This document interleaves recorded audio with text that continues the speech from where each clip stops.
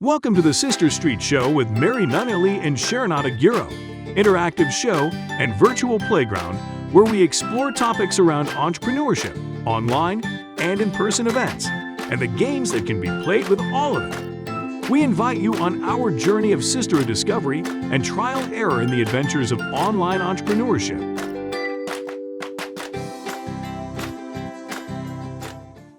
Welcome back to the Sister Street Show. We are excited to be here as we continue exploring the year of the entrepreneur. I am your co-host, Mary Nunley, with my fabulous partner in crime and co-host, Sharon and I. Sharon, why don't you say hello? Aloha, welcome back, everyone. Welcome into February 2022. We are mid-month, I believe, and rushing into the year. But Mary and I sort of decided that the year of the entrepreneur, since we're kind of going along the theming of the lunar years, we're going to follow with that. And we really kicked off our year in February. I don't know about you, but January was sort of that slow building, everybody's sick type of month. It was kind of a crazy start to the month, but one of the things that I find really cool is, aside from my accountant who says that I have to have a very specific business start to my year for accounting purposes, you can really start your year whenever you want. I know a lot of people that think of September as the start of their year because many of us think back to when we were younger and school either started in August or, for me, after Labor Day in September. And so to me, September really gives me more of that new year energy, whereas January is often like, yeah, but it's yucky out and the weather's bad and I'm not really that excited about the new year. So I'm going to say start your year wherever you're at. There's no time like now to start fresh. Exactly. That's our declaration. Feel free, get permission for yourself. Start where you need to start and don't get into all the mindset of, well, I'm so behind, blah, blah, blah, blah, blah, blah, blah, blah. So I started, Mary, in February. Actually, Shabade, my partner, is considering starting in May because that's when the Caribbean community, where she's from in Trinidad, actually celebrates their new year as well. So it does, change for everyone. So choose where you are, be deliberate. And I think the big business lesson, though, Mary, is it is pretty much an unspoken golden rule that working in quarters does help with productivity. So wherever you decide to start in your month, pick 3 months and go for a sprint for those 3 months, your 90 days, and then move in those 90-day sprints. It will help you with rest, recovery, and also ramp up. Yeah, no, and I love that idea of working in 90-day sprints because it also makes things a little bit more manageable, because oftentimes we set these big goals for ourselves of, I'm going to be a bazillionaire by the end of the year. Okay, great. How are you going to get there? Well, the money's just going to come to me. No, it's really not. So, I'm going to sell 100,000 courses in the next 6 months. Really? Have you built a course yet? No, I'm going to do this summit and I'm going to change the world. Okay, great. Have you ever done a summit? But if you break it down in those sprints and those quarters, and then you put some tactics behind it and some dates, I think that that will really help you achieve your goals, and leads me into today's topic, which is your why-dentity. So, Sharon, why don't you tell us a little bit about where you came up with why-dentity and why knowing your why is important and how it ties into those 90-day sprints? Yes, thank you, Mary. So I will absolutely say that I did not create this term. I heard it a couple of places in the last few years.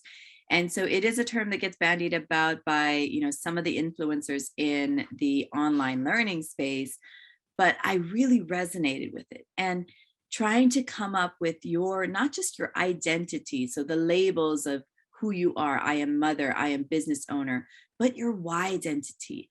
Why are you choosing to do the things that you're doing? What is your identity that is built into the bigger purpose or the alignment in direction? And we're going to talk about big and small identities, the things that should be your North Star and also the things that should motivate you day to day.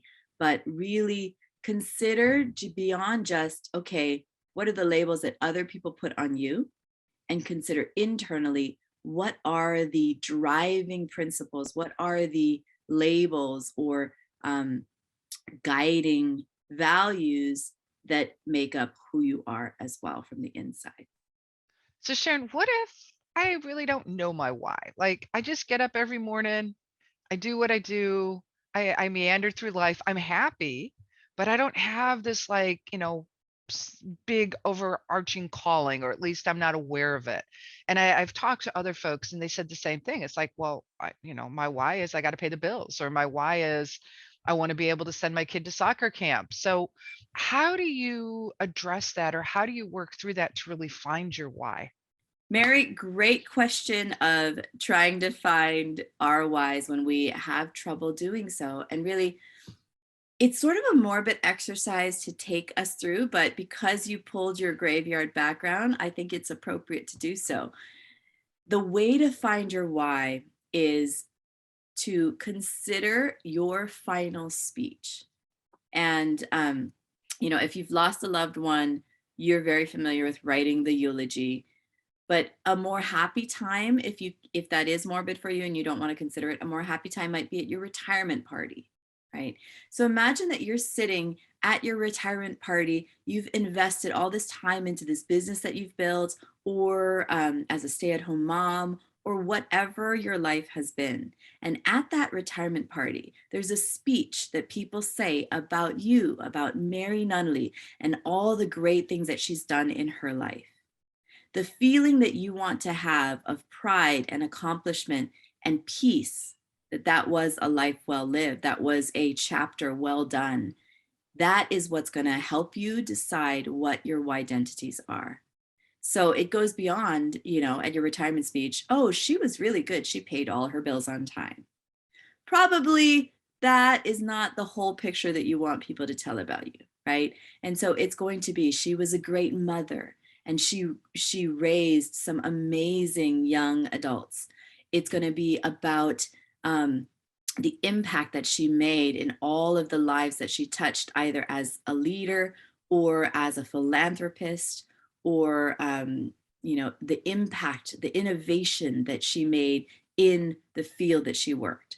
So that's where you're going to start to get into your deeper whys, is what do you want people to say at that final speech that's going to make you feel life well lived? Oh, I love it. And I have to say that this is not a morbid background. It is a spooky background I because because focusing on the why can be spooky for people sometimes, because you really do have to stop and pause and go, what do I want to be known for? What do I want to be remembered for? How do I see myself versus how does the rest of the world see me? And I think oftentimes we are afraid, hence spooky again, to write our why, because we don't know how to, we get overwhelmed because it's such a big thing. It's like we're told, like, know your why before you go into business, know why you want to change the world, know why you want to do this. And some days my why really is like, why did I wake up today? Why did I take this project on? Why did I? And so how do you kind of justify that, or how do you align that from, like, not the everyday, like, why am I doing this, with more of the, at the end of the road, what do I want to be remembered for? Do you have a process or steps that people can use? Yeah, well, I love that you pointed out that piece of it. So that's the first step, is starting to think about, okay, in the long run, what are the things that are most important, right? Because then some of those things like bills are going to fade away, because you can see from the perspective of your grandparents or your parents or future you what you want. But then, as you said, you need the small whys. And some days it might just be, why did I get out of bed? Because I can, right? Because I'm physically able, because I am healthy, because I need to move, right? And so from the big why of your retirement speech, you then want to start to consider, what are the day-to-day things that's going to make that happen, right? If you want kids that are well raised, you want to be able to run with them and play with them. That means you need to have a healthy body, right? So from that big why, you're going to take steps backwards into your daily why as well. And then when we look at it, then you're going to align what business is or is not of that right purpose. A great way to think from a shorter midterm perspective is look at the people that are 3 steps ahead of you in the job or the career that you're in and decide whether you want that lifestyle. So for me in hotels, I looked at the GMs of the hotels, the general managers, and I looked at their lifestyle, and 90% of them were divorced or on their second or third marriage. They were living in a separate state from their kids, and they were on their phones till 11 o'clock at night. And I said, well, those are not the traits of a lifestyle that I want. So that was a help in deciding, okay, well, that's not a path that I want to go down. Right. And so you go from the big why, you then break it down to a 3 to 5 year why of looking around you and seeing, okay, who's there? Do I like to be? Do I want to emulate that or not? And we take back into the NLP or neuro linguistic programming that if you see someone able to do something, so can you do it. It shows that it's possible, right? They took how long to break the world record for the 8-minute mile? Was it 8-minute or 7-minute mile? There's the Yeah, 8-minute mile. I think it was 8-minute mile maybe Yep. initially And where then, it was, it couldn't be done. yeah. And then 2 weeks later, the second person broke it because that first person showed that it was possible. So Yes. everything is possible. Someone has gone before you. And as you see now, the big why and then the medium why, then the daily why, you want to work on, and I'm from wellness, so you want to work on your whole ecosystem. Your body, you need to be healthy. Your brain needs to be focused. You need to not have, aches and pains that are unmanageable or you can't manage them in your day-to-day work and your day-to-day life. So mind and body, you need to eat the right foods. And then your purpose, your daily purpose, it does come beyond just what you're doing and it becomes who you're doing it with. Now, those are Sure, right? that is such valuable information. I mean, taking the whole personal ecosystem into consideration. And oftentimes we just focus on the goal. I love where you talked about in the hotel business where you looked at the lives of the people above you, because that was the same reason why I left, because it's like, oh, do I really want to go to that next level? Wait a minute. That means I'm always going to work on the weekends and I'm always going to work late nights. And it's like, okay, maybe there's money, but is this the life I want?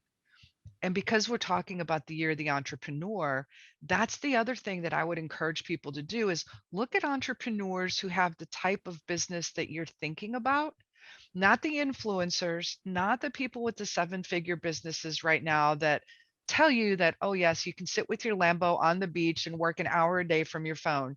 Look at the people that are also starting, that have been in business for a while. Ask them some questions. What's their journey like? What's their path like?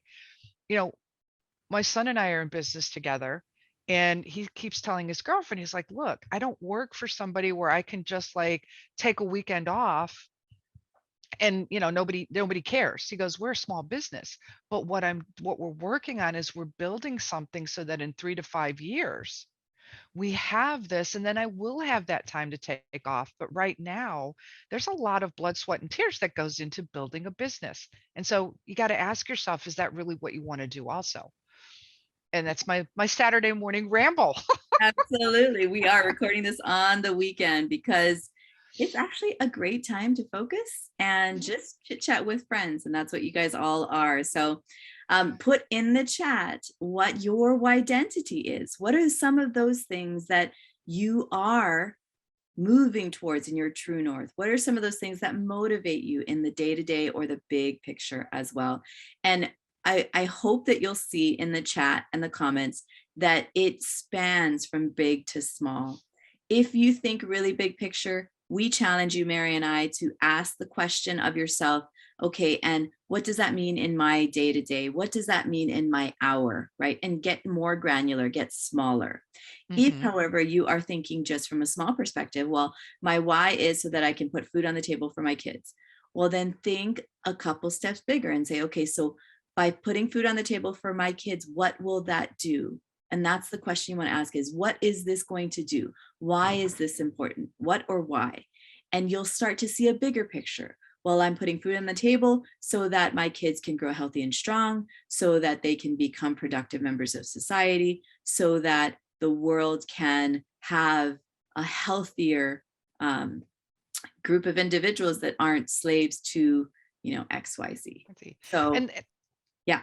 no, I was gonna say the one thing I wanted to jump in and say though is that don't feel that there's something wrong with you or you're a bad person if you don't have a why of like, I want to change the world, or I want to invent the cure for cancer, or I want to create this business that's going to change millions of people's lives. Your why is your why. And it could be something as simple as, I want to be healthy, productive, so that I can see my children grow to adulthood, or so that I can help my aging parents, or so I can buy a house. It doesn't have to be. And I think that's where some people get stuck, is we're told like your why has to be this like life changing. And I go back to the what is it, the starfish on the beach, or and you threw it back into the water. That your why may be as simple as, I want to make one other person's life better. Don't beat yourself up if you don't want to be this like bazillionaire philanthropist. Exactly. Yes. So those are some of the tips that we have to help you find your why. Consider your retirement speech. Then make sure that from your retirement speech, you look at the industries of other entrepreneurs or the leaders in your industry a couple steps further than you, so that you can see, do I try it on for size? Do I like that path or not? And then consider where you are in your why. Is it too small, too big? And try to ask yourself the question to go a couple steps deeper, either bigger or smaller, using the questions of, what is important to me about that? And why would that matter to me? And finally, as Mary said, just be okay with where your why is, because that one person that makes a difference to yourself does make a difference to others, because people will see that you are at peace, you are in alignment with your why, and they will want some of that for themselves. And so that small starfish does help fill the ocean with joy. Yes. Oh, such a powerful way to wrap up the show. So, any final words, or shall we tell people goodbye until next time? So in closing, don't just focus on the big why. Focus on the whole ecosystem of your why, and then focus on bringing that why into all aspects. So we talk about it in the business aspect, but we want you to think about it in your family, in your friendships, right? And consider how that alignment, that why, can now breathe new life, new energy into all areas of your life, your business, your spouse, your friendships, your children, and all of that as well. So that is our challenge for you. And we will be dropping a resource with this episode on a worksheet. So take a look at that.